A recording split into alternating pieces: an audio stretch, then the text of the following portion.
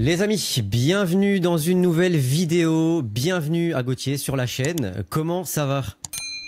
Salut Recoba, salut à toutes celles et ceux qui nous écouteront. Très content d'être avec votre compagnie, pardon, je commence déjà à galérer, mais c'est aussi peut-être l'excitation concernant ce match qui arrive dans plus d'une dizaine de jours et qu'on va aborder aujourd'hui avec mon plus grand plaisir. Ouais, bah tu parles d'excitation, c'est justement pour ça que je fais cette vidéo, parce qu'il y en a beaucoup qui m'envoient des messages, oui, tu parles toujours pas de PSG Inter, etc. Chaque chose en son temps, je sais que tout le monde a envie de cette finale, tout le monde en peut plus d'attendre, mais quand même, ça reste dans 10 jours, 11 jours, vous avez encore le Scudetto à jouer, d'ailleurs on va en parler, mais il nous reste nous la Coupe de France. Calme, l'avant-match va arriver, mais quand même, pour faire patienter, je me suis dit que ça pouvait être intéressant de parler de ce PSG Inter d'un point de vue un petit peu différent, et notamment de se baser un petit peu plus sur l'Inter, parce que c'est vrai que c'est très peu connu, on en parlait en off, en France, entre guillemets. En plus de ça, avec les droits TV, c'est un peu compliqué, etc. On sait pas trop où la regarder. Bon, là, il y a l'équipe maintenant récemment, même si, comme on le disait, c'est à se tailler les veines. Donc, je me disais que c'était intéressant d'avoir qui de mieux pour parler de l'Inter qu'un supporter de l'Inter.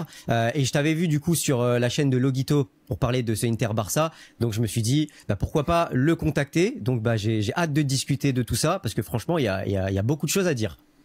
Énormément, écoute, dans la continuité de l'échange que j'ai pu avoir avec Logan, que je salue, désormais je m'aventure à la région parisienne, une région qui à titre personnel m'évoque quelque chose puisque j'y suis résident, donc match spécial. Au-delà de ça, en plus, la première entre l'Inter et le PSG en compétition officielle, donc on est tous excités, je pense. Ouais, c'est vrai, il y avait eu un match, c'était quoi? C'était la tournée, je crois, en 2023, donc bon, ça compte Il y en pas avait même vraiment. avant, hein. J'ai souvenir, je crois, en 2017 ou 2018 d'un match en hiver à Doha que le Oui, PSG c'est remporte. possible. Enfin voilà, il y en a eu franchement, hein, des matchs internationaux qui ne comptent pas beaucoup. Là, ça va être l'occasion, entre guillemets, de pouvoir se confronter de manière forte, pour ne Ouais. dire que ça. C'est clair, enfin. Du coup, bon, comment ça va en ce moment là côté Inter? Je vois que bon hier soir, d'ailleurs tous les Parisiens devaient être sur le match, hein, un petit peu tapis dans l'ombre pour voir que bon l'Inter avait mis son 11 type et finalement bon bah des petits manques de lucidité, on va en reparler, mais finalement match nul et c'est le Napoli qui a son destin entre ses mains du coup.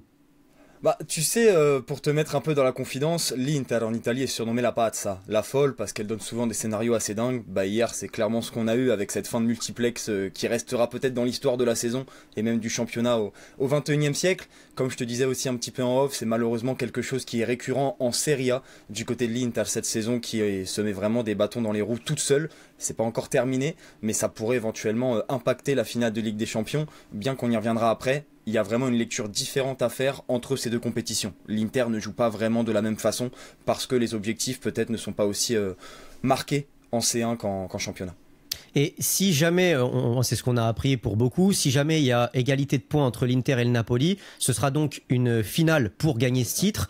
Mais comment ça va se passer? Est-ce que la finale va se jouer avant la finale de Ligue des Champions ou après? Bah, il faut savoir qu'après la finale de Ligue des Champions, on part sur une période de trêve internationale. On retrouvera notamment la Ligue des Nations et tout ce qui va avec. Donc ils étaient forcément obligés de la caler avant. De ce fait, c'est sorti aujourd'hui.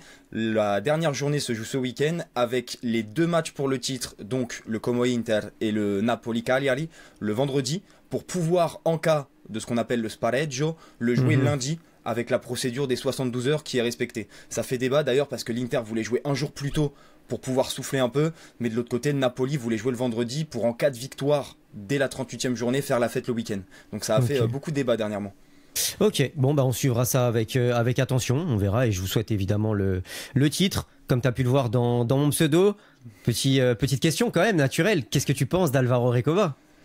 Bah écoute, c'est le meilleur passeur de l'histoire de l'Inter, donc j'ai pas forcément besoin de te le présenter. Un joueur qui n'a jamais été, à mon sens, jugé à sa juste valeur, parce qu'il a aussi évolué dans une période qui médiatiquement n'était pas des plus propices. Mais t'inquiète pas, va du côté du Meazza avant un match, parle du Chino Recoba, il sera reconnu à sa juste valeur. J'avais été en plus à Giuseppe Meazza, c'était quand? C'était 2022, j'avais été voir Inter Chievo, et j'avais bien aimé, franchement une bonne petite ambiance, et l'Inter avait gagné 2-0, et en plus de ça j'avais payé 10 balles, donc autant te dire que ça n'a rien à voir avec le Parc des Princes, et j'étais très bien placé.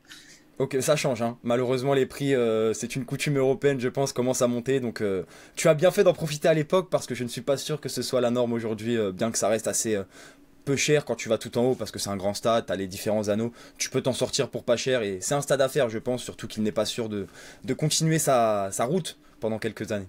C'est ça, exactement. Bon, bah, je vais démarrer avec la première question. On va démarrer crescendo. Je pense que ça nous intéresse quand même, mine de rien, parce que c'est vrai que sur le papier, pour la question du favori ou pas, ça revient souvent. L'Inter est quand même une équipe beaucoup plus mature, un projet beaucoup plus élaboré et plus périn depuis plusieurs années côté Inter, donc avec Inzaghi qui est arrivé il y a 3-4 ans. C'est la 4e saison. Voilà, c'est ça. C'est la 4e saison pour Inzaghi. Tu peux nous parler un petit peu du coup des années précédentes? Il y a eu donc finale de Ligue des Champions, il y a eu un Scudetto. Qu'est-ce que tu penses pour l'instant de ces 3 premières années d'Inzaghi avant qu'on revienne sur cette saison-là? Et qu'est-ce que dégage cette Inter d'Inzaghi depuis du coup 3 saisons? Bah écoute, déjà je pense qu'il est important de recontextualiser un petit peu l'arrivée de l'ancien technicien de la Lazio qui avait fait de bonnes performances avec le club Biancoceleste. Il remporte une coupe en 2019, il remporte 2 supercoupes, il fait une 4e place en 2020 lors de la saison Covid.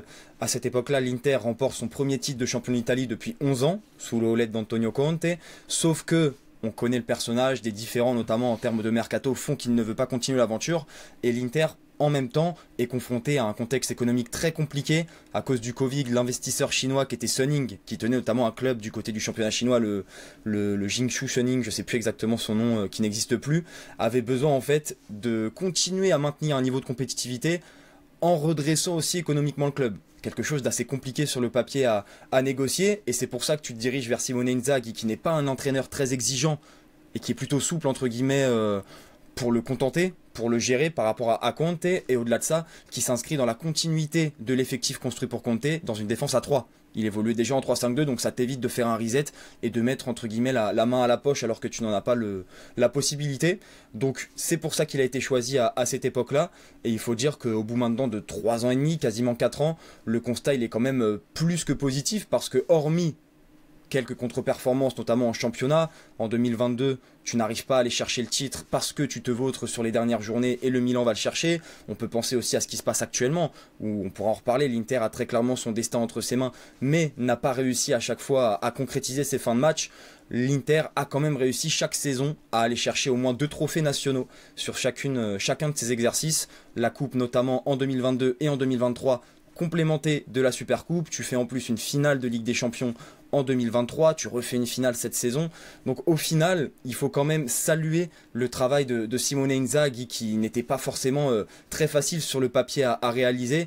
Il a réussi à optimiser le matériel en présence pour permettre à l'Inter de retrouver un statut européen qu'elle avait perdu depuis 15 ans. Ça fait depuis 2010 qu'on ne voit pas l'Inter aussi compétitive sur tous les tableaux, à savoir le championnat, la coupe, même la Supercoupe qu'on peut compter comme un mini-tournoi, et la Ligue des Champions. Donc il mérite beaucoup de respect. Ouais, c'est ce que j'allais dire, parce qu'en plus, même l'année dernière où l'Inter se vautre, je crois, contre l'Atlético, non? Quelque chose comme ça. Hein. Et je me souviens du match aller où Arnautovic, il en met 3 ou 4 au-dessus. D'ailleurs, encore hier, il nous fait un raté immense, même si peut-être qu'il y aurait eu faute, mais bref, c'est un autre sujet.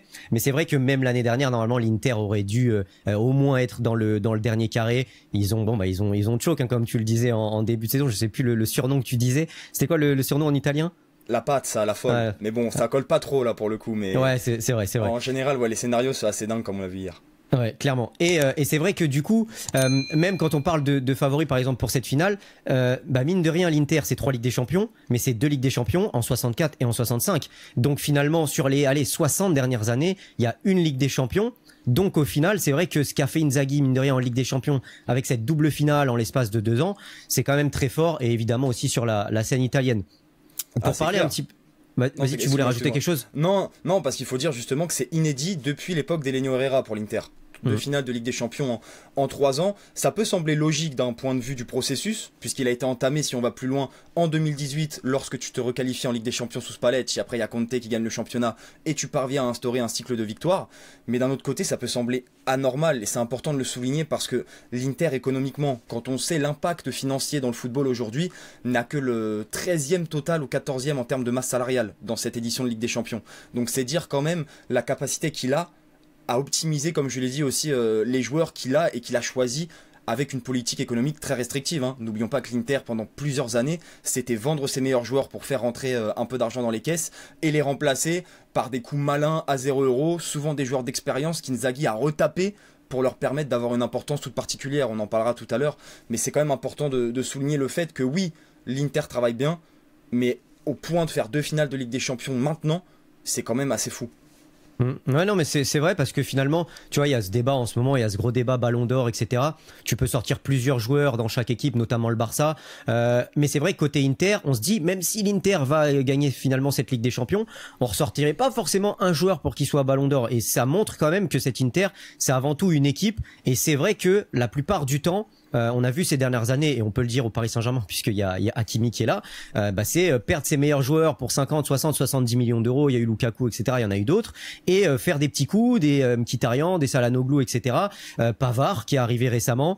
Donc c'est vrai que ça travaille très très bien. Mais c'est directeur sportif, c'est Marotta, je crois. Marotta, qui est très bien réputé. Il l'avait fait avec la Samp, avec la Juve et notamment. Et là, il est en train de récidiver avec l'Inter. D'ailleurs, il est devenu président entre-temps. C'est un peu plus compliqué. Il faudrait rentrer dans les détails, mais le club a été légué à un nouveau fonds d'investissement. Donc, Marotta a pris la place de président en guise de remerciement et surtout de légitimité par rapport à son travail accompli. On a un joueur aussi qui est passé de l'Inter au PSG il y a 1 an et demi, 2 ans, c'est Skriniar. On a vu qu'il a eu beaucoup de mal à s'adapter au Calcio et à l'Inter et du coup au Paris Saint-Germain et au jeu en plus de ça de Luis Enrique. Donc je pense que ça peut montrer aussi quelque part, parce que c'est pas un mauvais joueur, je pense que tu peux en témoigner, mais ça montre un petit peu les différences, on va dire, tactiques entre ce PSG et cet Inter. Du coup, pour revenir un peu sur la saison et sur le jeu de l'Inter, comment joue finalement cet Inter cette année par rapport à Skriniar? On peut supposer du coup un bloc quand même un petit peu plus bas, un peu médian bas par rapport à ce Paris Saint-Germain, et même offensivement, collectivement, comment joue cet Inter? C'est quelque chose qui a évolué depuis l'arrivée d'Inzaghi en 2021. Je t'avais retenu une citation quelques mois après son arrivée de Bastoni, qui était déjà là à l'époque comme beaucoup, qui expliquait à un quotidien italien connu, La Repubblica pour ceux qui connaissent, que Inzaghi dégageait plus de liberté mentale qu'un Conte. Ça traduit en fait que le schéma est le même, mais que le style a évolué avec une animation beaucoup moins rigide. Avec Simone Inzaghi, tu peux parler d'un football, j'en parlais déjà à Logan, très liquide, où vraiment l'équipe va briller par le mouvement, par la compensation, par les permutations, par le décrochage, le déplacement. C'est clairement ce qui fait l'âme de cette équipe et c'est ce qu'on ressent aujourd'hui avec une formation qui a évolué au point d'arriver cette saison dans un schéma où elle est capable d'évoluer dans différents registres. Idéalement, et on l'a vu notamment sur les derniers tours de Ligue des Champions, l'Inter c'est une équipe de transition. Elle aime et elle sait vivre sans le ballon et elle sait surtout se projeter en exploitant les espaces laissés par l'adversaire, incarné notamment par les joueurs de côté dans une animation à 5 avec les pistons. On a vu encore ce qu'a fait Dumfries hier et plus globalement sur cette saison, c'est tout simplement stratosphérique. Di Marco de l'autre côté, ce ne sont pas seulement eux qui incarnent les couloirs, on peut penser aussi au décrochage parfois des attaquants ou même les défenseurs excentrés comme Bastoni qui n'hésitent pas à monter d'un cran et dans ce cas-là ils vont être compensés par le retour d'un milieu de terrain. Donc c'est vraiment un rouage global avec plusieurs pièces tout simplement qui permettent de faire tourner de belle manière la machine. Si tu rajoutes ça au fait que c'est un groupe qui se connaît très bien, tu l'as dit, il a grandi dans la victoire mais aussi dans l'échec. On peut penser à la Ligue des Champions 2023, l'échec du titre 2022. Si on va même plus loin, parce que c'est intéressant de souligner que l'Inter et le PSG sont les deux finalistes perdants des Coupes d'Europe en 2020. À l'époque, côté parisien contre le Bayern, je crois qu'il ne reste que Marquinhos aujourd'hui. Côté Inter, t'as encore De Vrij qui était sur le banc et surtout l'ossature avec Bastoni, Barella, Lautaro. Ces échecs-là, ils permettent aussi de construire un collectif pour revenir avec de meilleures certitudes. Inzaghi, on l'a dit, a réussi à rajouter ses pièces dans la machine avec Çalhanoğlu qui l'a positionné comme numéro 6, Acerbi, Mkhitaryan qui va chercher quasiment à la maison de retraite et qu'il parvient à ressusciter. Que dire de Marcus Thuram, pour le cas en plus français qui montre toutes ses qualités dans une animation qui lui convient. Cette Inter finalement est une équipe très intelligente qui est capable de manier différents registres. La transition en point fort évidemment, mais on l'a aussi vu avec un statut forcément qui prend de l'ampleur au fur et à mesure des années. Elle est contrainte aussi de savoir faire le jeu. C'est d'ailleurs l'équipe qui tient le plus le ballon de façon moyenne en Serie A cette saison. On l'a vu en Ligue des Champions. Tu peux laisser le ballon à Arsenal à domicile, tu vas l'emporter. Derrière, jouer au Sparta, prendre le ballon et l'emporter également. Contre le Bayern et le Barça, pourquoi forcer le destin? Tu as juste à les laisser venir entre guillemets parce que tu ne pourras pas rivaliser et exploiter leurs failles. Ça va d'ailleurs être intéressant de voir dans quelle posture va se présenter le PSG face à cet Inter parce que ça pourrait être, sans me projeter dans la suite du débat, l'une des clés. Honnêtement, il y a beaucoup de choses à dire. Je pense que j'ai pas envie de te faire passer 2 heures de vidéo. Mais dans tous les cas, l'Inter est une équipe qui arrive aujourd'hui à maturité, mais peut-être pas dans la plénitude de ses moyens. On va dire que les années ont bien fait. C'est ce que j'allais dire parce que bon, il y a aussi Kimpembe qui était là en 2020, mais bon, Kimpembe aujourd'hui ne joue plus du tout, donc finalement ça compte pas vraiment, même si dans le groupe c'est important d'avoir des joueurs qui ont vécu ça. C'est clair que ce dépassement de fonction pour moi il est marquant, surtout alors évidemment les pistons, mais surtout les centraux, Bissek, Bastoni, même Acerbi qui finit attaquant numéro 9 face au Barça. C'est pas anodin, tout le monde était étonné, incroyable. mais c'est pas anodin, c'est quelque chose qu'on a déjà vu. D'ailleurs, je ne sais pas à l'échelle européenne si c'est quelque chose de commun, mais tous les joueurs de l'Inter professionnels du groupe pro ont marqué cette saison. Ah ouais, ah oui. C'est pas anodin. C'est Zalewski qui a mis le but contre le Torino dernièrement, qui était le dernier. Je pense que Paris non, parce que Pacho n'a pas marqué, si je dis pas de bêtises. C'est pour ça. Ouais, c'est quelque chose de très très rare effectivement. Mais c'est révélateur. Tout le monde carrément. est mobilisé, tout le monde est responsabilisé sur tous les aspects du jeu. Le football liquide est vraiment la définition. Et par rapport à ça, justement, est-ce que tu sens l'Inter meilleur cette saison que les saisons précédentes? Parce que ce football liquide, quelque part, il offre aussi de l'espace, finalement, quand tu te projettes comme ça en nombre et qu'il y a du dépassement de fonction. Il y a aussi des espaces. On a vu le Barça marquer beaucoup de buts. Hier soir encore, la Lazio profitait de 2 erreurs, mettre 2 buts. Il y a des erreurs. Alors ça, on va en reparler, je pense, de la fatigue. Mais est-ce que, du coup, cet Inter est meilleur que les saisons précédentes? C'est une question compliquée parce que cette équipe est difficile à lire cette saison. Comme je te l'expliquais un petit peu plus tôt, il y a différents points de vue en fait concernant les différentes compétitions. Il faut savoir que la Ligue des Champions, dans le processus que connaît ce groupe depuis quelques années, c'est le trophée entre guillemets qu'il manque. Tu passes de peu à côté en 2023 et on a tout de suite vu dès le tirage de la phase régulière, que ça soit par le vice-président Zanetti ou même Marotta, que l'objectif était d'être compétitif dans cette Ligue des Champions. Lautaro Martinez l'a rappelé en 2024, Pavard après la victoire face au Bayern, donc c'est vraiment un mot d'ordre collectif qui semble d'ailleurs pénaliser un petit peu l'approche sur les autres matchs. Ce qu'on a vu hier face à la Lazio, c'est malheureusement représentatif des performances de l'Inter en championnat cette saison, une formation qui parvient à maîtriser en première mi-temps mais qui derrière fait face à de gros sauts de concentration et une gestion du résultat très compliquée. D'ailleurs, selon Cédric Canal, et que je salue, qui est un journaliste francophone suiveur de l'Inter, il a fait le classement de la Serie A sur les 60 premières minutes des matchs. L'Inter est première avec 20 points d'avance quasiment sur le Napoli. Donc c'est pour te dire le nombre de résultats frustrants que l'Inter a laissé passer. On pourrait les faire à l'appel, hein. T'as le 4-4 contre la Juve où tu mènes 4-2 à 10 minutes de la fin, 2-0 à Parma à la mi-temps, tu te prends le 2-2. Franchement, à la Lazio, tu gagnes 2-1, même 1-0, et tu te fais reprendre encore une fois dans les derniers instants par ta faute. Donc c'est difficile de juger sur le fait de savoir si l'Inter est meilleur. L'Inter est plus mature, l'Inter est plus clinique dans les deux surfaces, notamment en Ligue des Champions, mais ça n'en fait pas forcément une plus belle équipe et une meilleure équipe.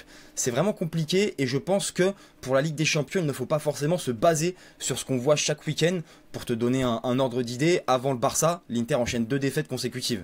Ça n'était plus arrivé depuis, je crois, 2 ans. Justement, par rapport à cette fin de saison, entre guillemets, toute compétition confondue de l'Inter, il y a beaucoup de buts encaissés, de mauvais résultats. On a vu plusieurs défaites, ce qui n'était pas arrivé avant. Est-ce que pour toi, c'est vraiment la fatigue physique et psychologique d'une fin de saison hyper exaltante, avec beaucoup d'échéances, des matchs qui s'enchaînent, etc. ou c'est purement lié au jeu de l'Inter? Non, je pense que la fatigue physique et mentale, comme beaucoup de clubs en Europe, joue beaucoup. La finale de C1 représentera le 59e match de l'Inter joué cette saison, avec des formats qui en Italie sont beaucoup plus intenses, un petit peu plus intenses qu'en France. Il faut noter que la Super Coupe d'Europe se joue à 4, donc avec 2 matchs à haute intensité délocalisés en Arabie Saoudite. Tu as des matchs aller-retour en demi-finale de coupe, et c'était face au Milan. On sait ce que représente un derby della Madonnina pour ces clubs-là. Quand tu rajoutes au fait que la Serie A n'était pas encore jouée et que l'Inter se dispute chaque semaine dans un mano à mano assez impressionnant avec le Napoli, tu as laissé beaucoup de plumes avec la Ligue des Champions derrière et l'intensité que ça nécessite, et cela s'est retranscrit aussi au niveau des blessures. On a parlé aussi tout à l'heure de l'impact du 11 et peut-être de la faiblesse du banc. Les rouages qui rentrent dans cette équipe ont parfois du mal à assimiler les consignes d'Inzaghi. Ça s'est très clairement fait ressentir, mais au-delà du physique, ouais, c'est vraiment mentalement, où la gestion en fait mentale du coach et même du groupe par rapport au fait de jouer tous les tableaux, qui est quelque chose d'inédit, n'a pas été très clairement inculqué. On a vu beaucoup de gestes de frustration au fur et à mesure des matchs de championnat. C'est ça que je trouve hyper paradoxal, c'est qu'on a à la fois une équipe qui est hyper expérimentée, vieillissante, qui joue ensemble depuis longtemps, qui a connu des succès, des échecs, des finales de Ligue des Champions, le titre, etc. Mais finalement, elle a montré quand même des signes, puisque tu le disais, première avec 20 points d'avance sur les 60 premières, et puis encore une fois on le voit hier soir, ça peut s'écrouler à tout moment dans les fins de match. Géométrie variable. Et en Ligue des Champions, ça, tu l'as très peu vu. Et c'est pour ça que ça marque encore une fois ce paradoxe qui est notable en termes d'attitude. On sent une équipe, et c'est un défaut, qui est beaucoup plus concernée par la Ligue des Champions que par les autres compétitions. Le niveau moyen des gros en Serie A cette saison, on peut le dire, est vraiment mauvais. Il n'y en a aucun qui a fait preuve de continuité sur l'ensemble de la saison. Même le Napoli, même l'Atalanta qui avait très bien commencé et qui s'est vautré en 2025 comme la Lazio, la Roma qui revient de nulle part. On va pas faire un tour des lieux de la Serie A, mais ça traduit le fait qu'il y a énormément d'irrégularités et que l'Inter a très clairement priorisé cette Ligue des Champions. Où on voit d'ailleurs les conséquences d'un point de vue statistique, notamment cette solidité défensive qui avait été de mise avant les matchs face au Bayern et au Barça, qui sont les deux meilleures attaques de cette édition, où tu n'avais pas pris le moindre but avant dans le jeu, tu n'avais pas pris le moindre but avant de commencer la phase finale, sauf contre le Bayer Leverkusen, mais dans un contexte où tu fais tourner là-bas, avec un but à la 92e de Mukiele d'ailleurs, pour penser au Paris Saint-Germain. Donc voilà, je pense que comme tout le monde, l'Inter a souffert en deuxième partie de saison, mais elle a réussi à s'accrocher et à faire preuve de caractère pour continuer d'exister et de survivre un peu comme ça avait été le cas lorsqu'Inzaghi arrive. L'Inter devait survivre et c'est un peu ce qu'on voit cette saison. Autrement, à part, bon là tu nous as parlé, on a parlé un petit peu de l'Inter, son jeu, etc. Sur phase arrêtée, on sait que vous êtes très très fort sur coup de pied arrêté, peut-être la meilleure équipe d'Europe, même devant Arsenal. Comment ça se passe au niveau des coups de pied arrêtés? Nous, on sait que côté Arsenal, voilà, il y a toujours le petit train. On trouve souvent c'est des corners rentrants, des coups francs rentrants. Comment ça se passe côté Inter? Est-ce qu'il y a des spécificités ou c'est juste le fait que il y a de la taille, il y a du physique? On a vu encore une fois hier Dumfries, le déménageur, gagner son duel. Comment ça se passe? Et est-ce que vous êtes confiant dans ce domaine-là, même face à un Paris Saint-Germain qui finalement, même si c'est son point faible, a réussi à ne pas encaisser de but dans ce domaine-là face à Arsenal et Liverpool? Contrairement à Arsenal, je pense que, alors sans manquer de respect évidemment aux Gunners, mais notre palette offensive ne se résout pas uniquement à ces coups de pied arrêtés. C'était une caricature. Alors, évidemment, non, mais ce que je veux dire, c'est qu'à la base, c'est une arme parmi tant d'autres.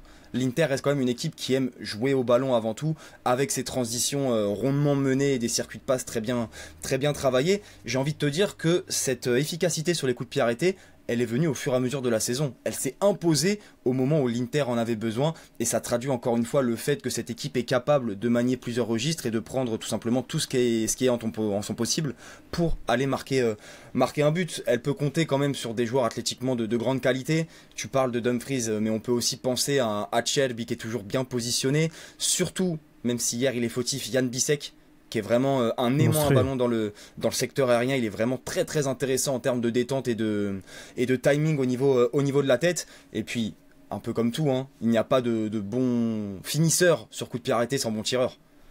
Quand tu bénéficies des pieds de Çalhanoğlu, Barella, même des joueurs comme Di Marco, on connaît la qualité du pied gauche, en général ça fait mouche, mais c'est vrai que l'Inter s'est approprié un petit peu cette force pour pouvoir entre guillemets aussi se soulager dans le jeu d'une insuffisance sur les dernières semaines d'un point de vue physique. Et si tu pouvais nous parler un petit peu de points faibles que tu avais identifiés sur l'Inter? On avait parlé de la fatigue physique et mentale. C'est vraiment l'un des points principaux, même si on a vu qu'en Ligue des Champions, ce supplément d'âme est largement atteignable lorsque l'échéance le nécessite. Il y a quand même un point clé dans cette équipe de l'Inter offensivement qu'il faut souligner, c'est les différences individuelles. Et c'est peut-être l'une des grandes différences avec l'équipe du Paris Saint-Germain. C'est côté Inter, il y a très peu de joueurs qui sont capables de dribbler en 1v1 dans des espaces réduits. Pour te donner la statistique de l'UEFA, l'Inter, c'est 151 dribbles en Ligue des Champions cette saison. 16e position, 188 de moins que le PSG qui est premier. Ah oui, effectivement, ouais. Tu vois, c'est pour te dire, à part Thuram, qui je crois en avait moins de 20 avant la confrontation face au Barça, et des joueurs comme peut-être Lautaro Martinez, Zalewski, qui est un joueur de seconde main, si l'Inter n'arrive pas à se créer de l'espace par le mouvement et les courses, elle aura beaucoup plus de mal à créer du jeu. Le jeu de position face au bloc bas, on l'a vu hier contre la Lazio, ce n'est pas son point fort, et c'est pour ça que le PSG pourrait éventuellement jouer là-dessus pour mettre l'Inter en difficulté. Et défensivement, oui, dis-moi. Et défensivement, dans les 1 contre 1, on sait que nous, on a on l'a vu aussi face au Barça avec Yamal, Rafinha, surtout Yamal qui a fait pas mal de différences. Est-ce que tu penses que ça peut être un point faible de l'Inter face à Dembélé, Doué, Barcola ou d'autres, ou Kvara par exemple aussi, que vous connaissez bien? Très bien, effectivement. Au-delà de la différence individuelle, c'est surtout la vitesse. Je pense que par rapport au Barça et même au Bayern, qui comptait malheureusement quelques blessés, on passe un cap en termes de capacité athlétique. Je pense que là, dans le dos, ça peut aller très très vite. L'Inter a 3 gabarits assez imposants hein, défensivement, même si Bastoni n'est pas en reste concernant la vitesse. Quand il a un client comme Doué ou Barcola, ça peut faire vraiment des étincelles. Donc c'est surtout sur la gestion de la profondeur que j'attendrai de voir comment l'Inter va réagir, parce que ça avait déjà été un point d'interrogation lors du match face au Barça. On a eu des éléments de réponse avec notamment Lamine Yamal qui a fait beaucoup de mal malgré la prise à 2, voire à 3. Donc c'est surtout sur ce point-là que défensivement je souhaiterais m'attarder, et aussi la mobilité de ces joueurs, parce que Dembélé faux neuf, c'est pas forcément la même qu'un Lewandowski. On a vu un Ferran Torres en difficulté face à ce bloc de l'Inter, donc j'ai envie de voir si les vieux briscards sont capables d'assumer cette intensité-là un 31 mai pendant 90 minutes. D'ailleurs, physiquement, où est-ce qu'ils en sont côté Inter? Je sais que Lautaro est blessé, il n'était pas là hier soir, il était en tribune. Comment ça se passe? Est-ce qu'il y a un protocole? Il va revenir pour le dernier match de championnat ou pour la finale? Pareil au niveau des autres, on sait que Di Marco, il a enchaîné 50, 55 minutes, 60 minutes je crois hier soir. Il est en train de monter en puissance. Est-ce qu'il arrive à revenir physiquement? Comment ça se passe physiquement pour cette équipe de l'Inter, on va dire individuellement? Globalement, ça pêche. Inzaghi, avant le match face à la Lazio, a dit personne n'est à 100% à ce moment-là de la saison. Ça se joue avant tout dans la tête, et l'Inter sait très bien le faire. Concernant les absences, il n'y avait que Lautaro Martinez d'absent hier. Il avait joué sous infiltration contre le Barça. Le but étant de le ramener la semaine prochaine contre Como pour pouvoir bénéficier de quelques minutes avant d'affronter le PSG en finale. Il sera présent sauf retournement de situation. Pour le reste, on avait des joueurs qui avaient été cramés hein. Après le match face au Barça, on pense à Pavard qui n'avait même pas pu jouer et qui est à peine de retour dans le groupe. Mkhitaryan qui avait été soulagé la semaine dernière et qui a joué hier, mais tu le sentais quand même un petit peu pris. Un joueur comme Di Marco, comme tu le soulignes pour Di Marco, c'est un joueur qui déjà de base, même à 100%, ne peut pas jouer 90 minutes à haute intensité, c'est son seul défaut, la palette physique. Donc hier, au bout de 9 mois de compétition, tu comprends bien que pour lui, c'est très compliqué. Je vous encourage, pour comprendre un petit peu l'état de forme de l'Inter, même si ça remonte à quelques semaines, regardez le match contre la Roma, que tu perds 1-0 à la maison, où tu vois une équipe, au bout de 30 minutes, qui est tout simplement cuite, éteinte. Et c'est aussi le risque que tu as pris au début de saison de vouloir jouer toutes les compétitions à fond. C'était ambitieux, mais le revers de la médaille, c'est que peut-être que ton effectif n'était peut-être pas assez compétitif pour pouvoir tout assumer. Par rapport à ça, ça me surprend parce que tu peux me dire si je me trompe, mais j'ai l'impression que sur les matchs de Ligue des Champions, notamment en phase de Ligue, sur peut-être les 4-5 premiers matchs, l'Inter a fait beaucoup tourner, non? Il me semblait voir Taremi, Arnautovic titulaire, Fratesi, etc., non? C'est ça, exactement. Tu commences à City, et on parle du Manchester City à l'époque dont on ne présage pas la suite, avec Rodri notamment qui était présent. Je crois que tu as Taremi titulaire en pointe, Jan Bissek à la place de Pavard en défense, et finalement tu as réussi quand même à te montrer compétitif. C'est pour ça que cette équipe elle est vraiment illisible cette saison selon les tableaux, et ça renforce l'idée de motivation supplémentaire qui concerne la Ligue des Champions.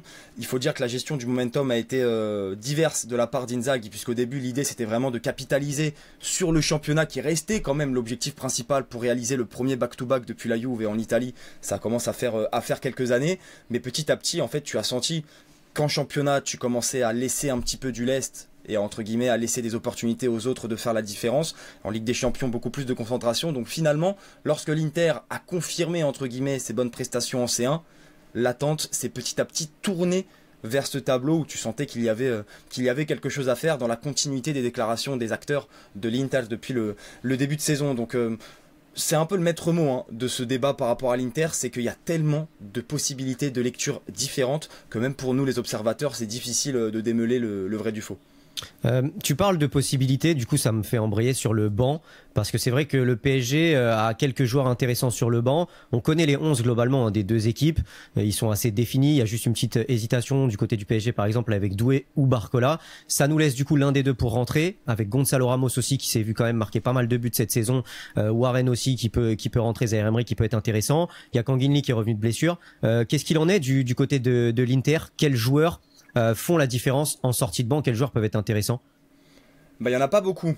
Du moins sur le secteur offensif, quand on parle de marquer des buts, derrière Lautaro et Marcus Thuram c'est très compliqué. Correa n'est pas sur la liste, l'ancien Marseillais, donc c'est Arnautovic ou Taremi qui s'avère comme la grosse déception de ce dernier mercato, n'arrive pas à se mettre au diapason, bien qu'on ait vu quelques entrées intéressantes, mais au-delà même, on va dire, de leur qualité intrinsèquement à ces joueurs-là du banc, c'est vraiment leur capacité à rentrer dans ce 11 qui parfois laisse à désirer. Le meilleur exemple, c'est notamment Davide Fratesi qui, en termes de statistiques, elle répond présent. Buteur face au Barça, buteur face au Bayern, entre autres. C'est vraiment, on va dire, l'impact player sorti du banc en général. Par contre, quand tu regardes le contenu, tu sens quand même que ça laisse assez à désirer. Et parfois, l'Inter a besoin de stabiliser son contenu pour pouvoir s'adjuger des matchs un petit peu plus simples. On peut aussi souligner la présence d'un Zielinski qui bénéficie d'une certaine expérience, mais qui a du mal à faire preuve de continuité lorsqu'on fait appel à lui. De Vrij derrière pour solidifier l'axe défensif qui est, si je ne m'abuse, le joueur le plus ancien de l'effectif actuel avec Lautaro Martinez et qui est capable encore une fois du meilleur comme du pire. T'as Darmian qui symbolise la stratégie d'Inzaghi en allant chercher des anciennes gloires non mais des anciens performeurs. Lui aussi, c'est un bon gage entre guillemets de confiance, mais est-ce qu'il peut t'apporter ce supplément? En général, c'est surtout le 11 titulaire côté Inter qui parvient à faire la différence, et ça rejoint ce que je te disais tout à l'heure par rapport à la gestion des fins de match qui est en général difficile. Par rapport aux 11 titulaires, il y a beaucoup de joueurs qu'on connaît qui ressortent comme Lautaro, Bastoni, Barella, etc. Il y a un joueur qui, à la stupéfaction un peu du public français, ressort énormément.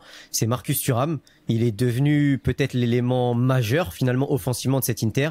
Et je pense que personne n'aurait pu le prédire côté français, surtout quand on a vu ses performances avec l'équipe de France. Qu'est-ce que tu peux nous dire sur Marcus Thuram, mais comment il est devenu aussi important dans cet effectif? Surprenant, parce que déjà, lorsqu'il arrive du côté de l'Inter gratuitement, pour changer encore une fois cette stratégie, il y avait pas mal de doutes, non pas sur sa qualité, mais sur ses prétentions, parce qu'il demande un salaire très élevé pour un joueur, avec tout le respect, issu du Borussia Mönchengladbach. 6 millions d'euros, si je ne dis pas de bêtises, par an, c'est pas rien. C'est un investissement à l'échelle de l'Inter et de ses problèmes économiques qu'il ne faut pas prendre à la légère. Et finalement, encore une fois, le mérite revient à Simone Inzaghi, c'est qu'il a réussi à en tirer le meilleur pour le rendre aujourd'hui très compétitif. C'est le meilleur buteur de l'Inter en Serie A. Il accuse plus le coup depuis 2025, mais la première partie de saison est tout bonnement exceptionnelle. Et surtout, ce qui fait, je pense, son importance, c'est qu'il rajoute à la palette interiste un profil qui manquait, la gestion de la profondeur. On en parlait avant le match face au Barça. Il y a des matchs avec Marcus Thuram et d'autres sans lui, où la réalité est bien différente, puisqu'il permet peut-être à cet Inter de monter d'un cran grâce à son jeu sans ballon qui à mon sens fait partie des meilleurs en Europe à l'heure actuelle, et on l'avait déjà vu d'ailleurs avec l'équipe de France lorsqu'il rentre lors des matchs de Coupe du Monde 2022. C'est la première chose qui à titre personnel m'avait étonné, cette capacité à tenir le ballon et à rester debout à l'image d'un rugbyman. Il a bien évidemment étoffé sa palette au fur et à mesure, et puis il faut dire aussi que par rapport à l'équipe de France, j'enfonce une porte ouverte, le fait qu'il ne soit pas isolé l'aide beaucoup. C'est un joueur qui a besoin d'être connecté, c'est un joueur qui a besoin de participer aussi à la création des différentes actions, et c'est surtout un joueur qui a besoin d'aller vite vers l'avant. Faut pas lui demander de prendre le ballon face au jeu à 30 mètres et de faire la différence sur 4-5 joueurs. Donc finalement c'est une ascension à l'image de cette équipe de l'Inter qu'on ne présageait pas forcément aussi rapide, mais qui laisse finalement penser que ces joueurs-là sont dotés d'une qualité remarquable leur permettant d'atteindre les finales de Ligue des Champions. Par rapport du coup à Thuram, moi ce qui m'avait bluffé c'était vraiment pour garder le ballon et pour faire souffler et ressortir le bloc, sa capacité à gagner des duels et jouer dos au but, ça m'avait vraiment marqué, notamment face au Barça. Et je pense que ça peut être une des clés, ça mine de rien, parce que il va avoir un client en face de lui qui est Pacho, qui sort très très fort sur l'homme et qui gagne quasiment tous ses duels, qui est un des meilleurs défenseurs centrales de la saison très clairement, et en Europe aussi. Tu penses que si jamais Pacho arrive à bien museler Thuram, ça peut vraiment faire très très mal à l'Inter, étant donné que c'est un pion important dans ce jeu-là? Bien sûr.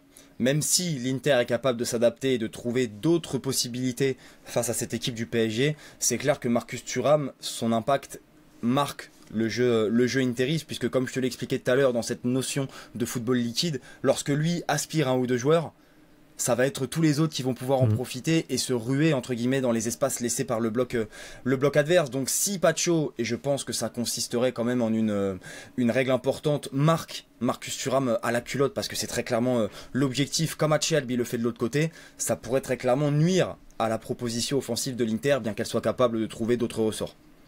Petite question par rapport au tirage, non, parce que c'est les résultats qui ont fait ça. Mais moi, par exemple, je le disais avant que Guy ait ses résultats, je préférais affronter le Barça en finale que l'Inter, parce que pour moi, l'Inter, c'est typiquement l'équipe anti-Barça et anti-PSG. C'est une équipe qui est capable de bien défendre, même si on a vu qu'elle pouvait être perfectible et sur cette fin de saison, elle a encaissé des buts. C'est quand même une équipe qui est capable de bien défendre, d'avoir un Yann Sommer exceptionnel et de te dégoûter du football, te mettre un pion, gagner 1-0 ou voilà, dans ces temps forts, une équipe un peu de momentum qui est capable de voilà, de ne pas encaisser de buts et de marquer quand il faut. Et du coup, je préférais en tout cas le Barça que cet Inter, et la preuve c'est que finalement, l'Inter a sorti le Barça. Et je me dis qu'en finale, ça peut nous faire très mal. Est-ce que tu t'es d'accord avec ça? Et surtout toi, par rapport du coup à l'autre côté, est-ce que tu aurais préféré avoir Arsenal ou le Paris Saint-Germain? Je te rejoins totalement par rapport à cette notion concernant l'Inter. Il faut savoir qu'en Ligue des Champions, cette saison, l'Inter a très bien compris ce que réclamait la compétition. J'ai tendance à différencier le bon et le beau football. L'Inter n'est pas forcément la plus belle, mais c'est celle qui, dans les deux surfaces, est la plus clinique. Pour te donner un ordre d'idée, sur FotMob, les statistiques sont assez parlantes, puisque l'Inter a marqué plus de buts qu'elle n'a créé de XG. Ah ouais, ok, d'accord. Okay, c'est pour te dire. Ouais. Et elle a concédé moins de buts qu'elle n'a concédé de XG. Comme le PSG d'ailleurs, mais à une échelle efficace, un petit peu plus importante. Yann Sommer et Lautaro Martinez pour la Ligue des Champions, qui est devenu le meilleur buteur d'ailleurs de l'histoire du club dans cette compétition cette saison, en atteste. Donc oui, c'est vrai que l'Inter est assez presque caméléone et capable de s'adapter un petit peu à tous les registres.